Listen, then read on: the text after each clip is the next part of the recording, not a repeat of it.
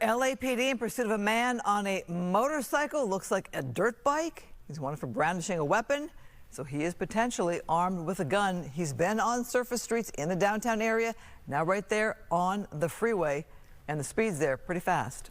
Pretty fast indeed. Yeah, we picked up the pursuit earlier this afternoon where this motorcyclist was in the South LA area, started at like Jefferson and Western, after was accused of having that gun. As we follow along, the thing is about being on a dirt bike or a motorcycle is a little bit more able to get around any kind of traffic. It is 5:25, 5:30 in the afternoon, which means a lot of people are trying to make their way home. Traffic is really kind of on the slower side, but not the cyclist that is being pursued.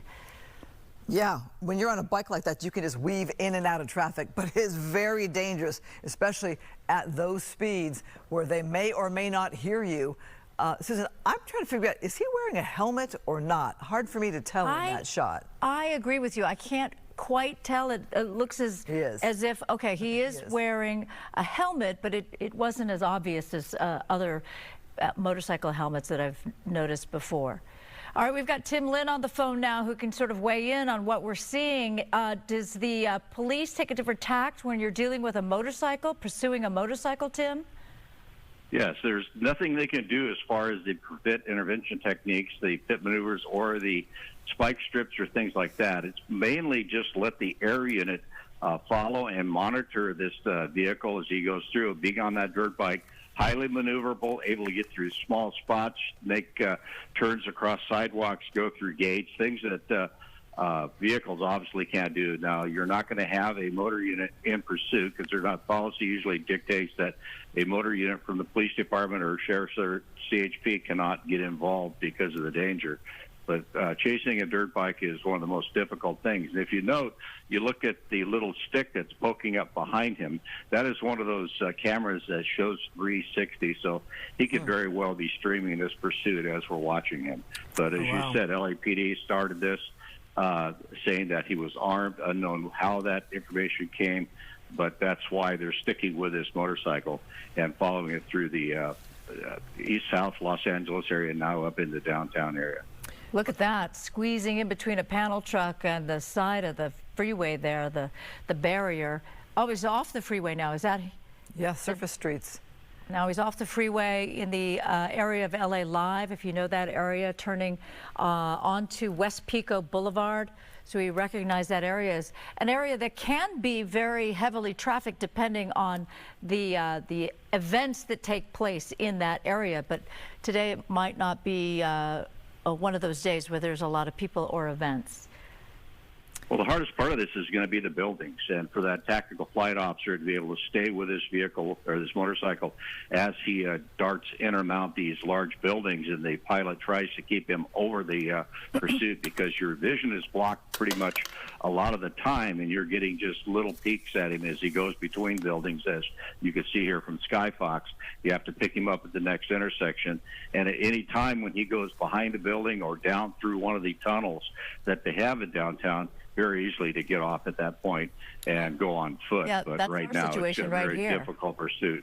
Yes, well, yeah, exactly. Tim, also, you know, with that bike being so maneuverable, it's so easy to not only escape law enforcement, but also to ditch that bike or hide out somewhere. Go into a parking structure. Right. Yeah, down an alley, up into a parking lot, go into an alcove. You could hide it anywhere, and just a matter of changing your clothes a little bit and then blending in with everybody. As you can see right here, SkyFOX having a very difficult time reacquiring the vehicle after he went behind the crypto arena. Yeah, it looks as if we may have lost that motorcyclist. So if you're just joining us now, we've been following a motorcyclist, or perhaps it's a dirt bike. The suspect on the motorcycle was accused of having a gun or some kind of weapon. So the pursuit is ongoing, but SkyFOX doesn't have eyes on it, at least not at this time. This is the downtown area. It is a lovely view, though, of downtown on a sunny day here in Southern California. As we know, there can be a lot of one-way streets in the downtown area. This is rush hour, although the streets we're focusing on right now, not a lot of traffic, but you can imagine at this time, almost here at 5:30, people were coming out of their offices, going home. But right now, it is A lovely view of the buildings as we take a look at this. We know that the pursuit is still on. He hasn't ditched the bike. He hasn't gone into a parking garage as they have in the past with a car. But again, what strikes me too, Susan, is how light the traffic is at 5:30. Yeah, why is it not like that when I'm driving in the downtown area? So we're getting some word that he was spotted somewhere near 6th and Fig, and we're basically in that general vicinity right now as we keep an eye out for him because the pursuit is ongoing. That motorcyclist keeps on going, but we just don't have eyes on him at this point. Now, Tim, you were mentioning the fact that there was some kind of device that was holding a camera. Do you suppose that that gives him an ability to see what else is going on around him without him having to worry about looking around? There he is. Wow. No, it's actually just a streaming or a recording device. I'm sure he doesn't have a monocle type monitor up in his helmet where he's watching. It's mainly for personal use to be able to record what you're doing and then more than likely post on social media later. But see right there, he just went back up underneath that one building and he's have to pop out here. And that you saw the police helicopter down low doing very tight orbits and staying right over the top of him because that's about the only way you can keep eyes on him as a with a helicopter. Now the ground units, all they're doing is trying to stay in the area in case he goes to foot. So they're just going to keep working their way in the area, not get in active pursuit because there's absolutely no reason to do that. A car cannot keep up with that dirt bike because of its maneuverability. And right now it's just a matter of monitor the directions around him and wait for him to go to ground. You see how difficult SkyFOX is having a time keeping eyes on him. It's just as hard for that tactical flight officer in the LAPD airship right there you see overhead, down low in those buildings, and working really hard to stay on top of it. And SkyFOX is at a much higher elevation. Right. SkyFOX right now will be between 1,500 to 2,000 feet. The buildings, the higher buildings are pretty close to 1,400 feet, so you have to stay above those just for safety factor. Also, you want to give a buffer for that LAPD area to work at will, to where he can come up and go down as necessary, and you're not going to interfere with him. So you see it's kind of a standoff to the side, let him run those orbits in between the buildings. Very tight, difficult flying for that police pilot that's there right now, doing this, trying to keep his observer on that car or on that motorcycle going through the buildings. But, you know, it's not an easy job, but SkyFOX doing the best they can to keep an eye on it with all the buildings. And right now they're just listening to the police frequencies to see exactly where he went. Now the ground units are going to start closing in on this area if this rider has stopped and gone to foot. Well, we're looking at some earlier footage of that motorcyclist on the 110 freeway. But meantime, Tim, at what point does the police decide that it's too dangerous to be doing these orbits in the downtown area with all the high rises?